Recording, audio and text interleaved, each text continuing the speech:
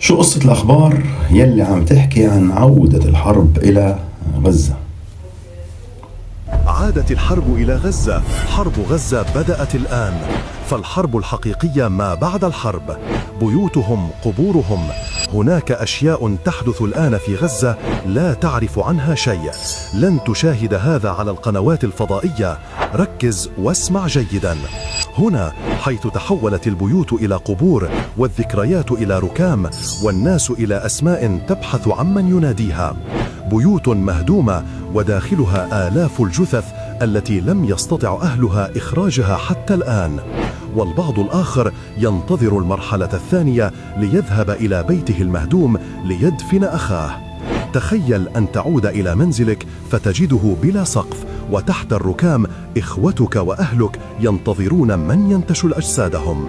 تخيل أن تقف فوق حجارة كانت يوما بيتك، وكل خطوة تحتها شهيد. لا مكان لنصب الخيم، فالردو يغطي كل شارع وكل زقاق. لا ماء نقي، لا طعام مفيد، ولا دواء كاف. حياة محاصرة بالموت من كل اتجاه. وتخيل إني أنقل لكم هذا التقرير من داخل خيمة من قلب غزة، خيمة بدل البيت، ومن حولي عائلات فقدت كل شيء، وأطفال يبحثون عن لحظة أمان. هنا رغم الوجع والرماد ما زلنا نقول: نحن هنا ولن ننكسر.